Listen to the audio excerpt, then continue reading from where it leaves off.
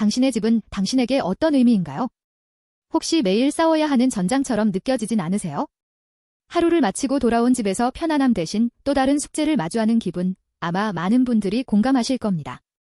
널브러진 빨래 더미, 쌓여있는 설거지, 이리저리 굴러다니는 아이들의 장난감들, 그리고 그것들을 볼 때마다 마음속에서 스멀스멀 피어나는 죄책감과 피로감. 통계에 따르면 현대인의 스트레스 요인 중 상당 부분이 집안 환경과 관련이 있다고 합니다. 무질서한 환경은 우리의 정신 건강에 부정적인 영향을 미치고 때로는 가족 간의 불화로까지 이어지기도 하죠.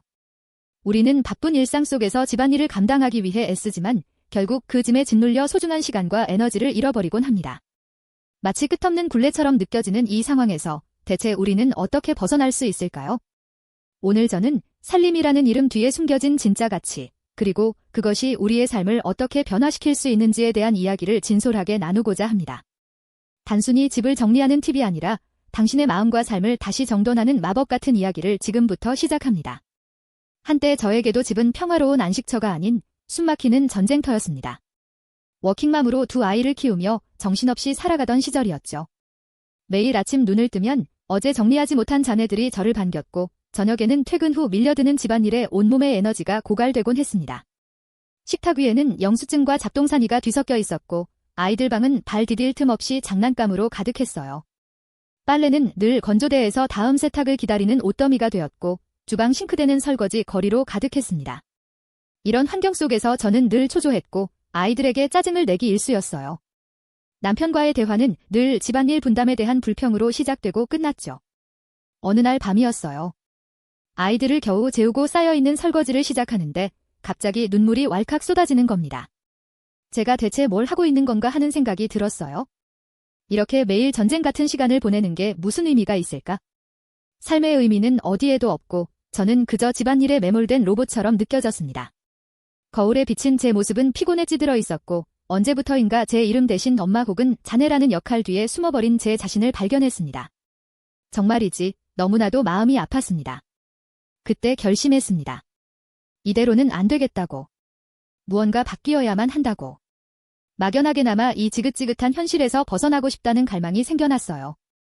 그때부터 저는 무언가에 홀린 듯 살림 노하우들을 찾아보기 시작했습니다. 유튜브를 보고 블로그를 뒤지고 심지어 살림 관련 책까지 읽었죠. 처음에는 그저 빨리 쉽게 끝내는 법만을 원했습니다. 그러다 우연히 하루 15분 정리라는 아주 기본적인 팁을 접하게 되었어요. 잠시 멈춰서서 생각해보니 하루 15분 정도는 나도 할 수 있지 않을까 하는 작은 희망이 생겼습니다. 그래서 그날부터 매일 저녁 아이들이 잠든 후 15분씩 거실을 정리하기 시작했습니다. 처음에는 티도 안 났어요. 겨우 장난감 몇 개와 책 몇 권을 제자리로 돌려놓는 정도였으니까요. 그런데 놀랍게도 일주일이 지나고 한 달이 지나자 아주 미미하지만 거실의 분위기가 달라지기 시작했습니다. 눈에 보이는 큰 변화는 아니었지만 그 작은 실천이 주는 성취감은 저에게 예상치 못한 위안을 주었습니다. 아, 나도 할 수 있구나. 아주 작은 일이라도 꾸준히 하면 변할 수 있구나 하는 깨달음이었죠. 이러한 작은 변화는 제 삶의 다른 관점을 열어주었습니다. 단순히 집이 깨끗해지는 것을 넘어 제 마음이 깨끗해지는 것을 느꼈습니다. 우리는 종종 집안일을 시간 낭비 혹은 귀찮은 의무라고 생각합니다. 하지만 잠시 멈춰서서 생각해보니 살림은 단순히 물건을 정리하고 공간을 청소하는 행위를 넘어섭니다. 그것은 바로 우리 자신과 우리가 사랑하는 사람들을 위한 깊은 배려이자 사랑의 표현입니다. 집안의 물건 하나하나에는 우리의 추억과 감정이 깃들어 있습니다.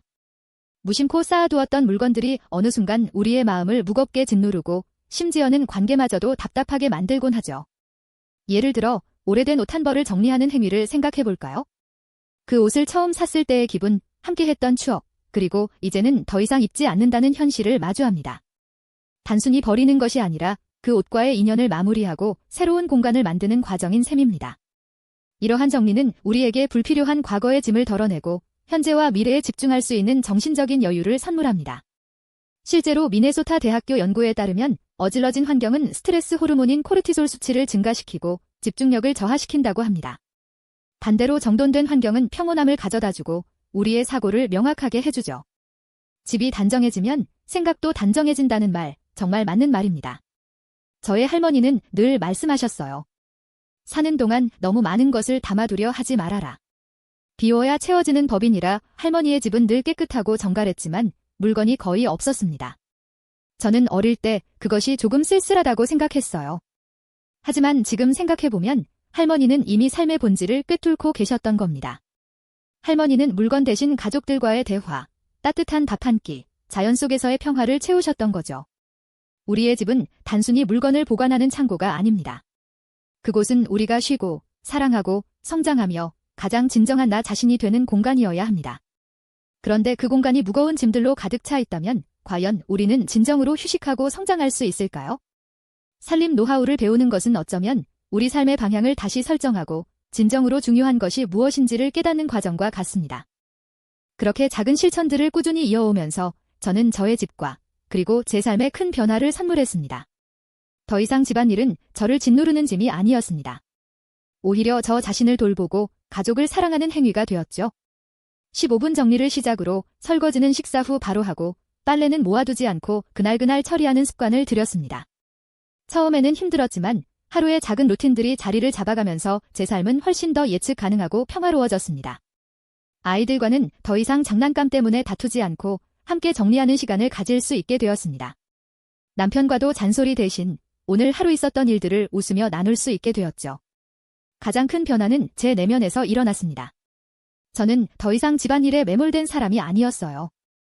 정리된 집은 저에게 여유를 주었고 그 여유 속에서 저는 다시 저 자신을 들여다볼 수 있었습니다. 제가 정말로 좋아하는 것이 무엇인지, 앞으로 무엇을 하고 싶은지, 그런 생각들을 할 수 있는 시간을 되찾은 거죠. 살림은 저에게 완벽함을 요구하는 것이 아니었습니다. 단지 매일 조금씩 꾸준히 노력하는 성실함과 내 자신과 가족을 사랑하는 마음이면 충분했습니다.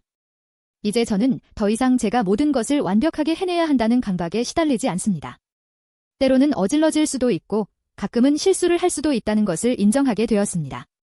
중요한 것은 그 작은 실수나 부족함에 좌절하지 않고 다시 일어설 용기를 가지는 것입니다. 우리가 사는 집은 우리의 거울입니다. 집이 혼란스러우면 우리의 마음도 혼란스럽고 집이 평화로우면 우리의 마음도 평화로워집니다. 살림이라는 이름의 마법은 단순히 집을 깨끗하게 만드는 것을 넘어 우리의 삶을 더 풍요롭고 의미 있게 만드는 여정입니다. 저에게 그랬던 것처럼 이 작은 변화들이 여러분에게도 따뜻한 위로와 희망이 되기를 진심으로 바랍니다.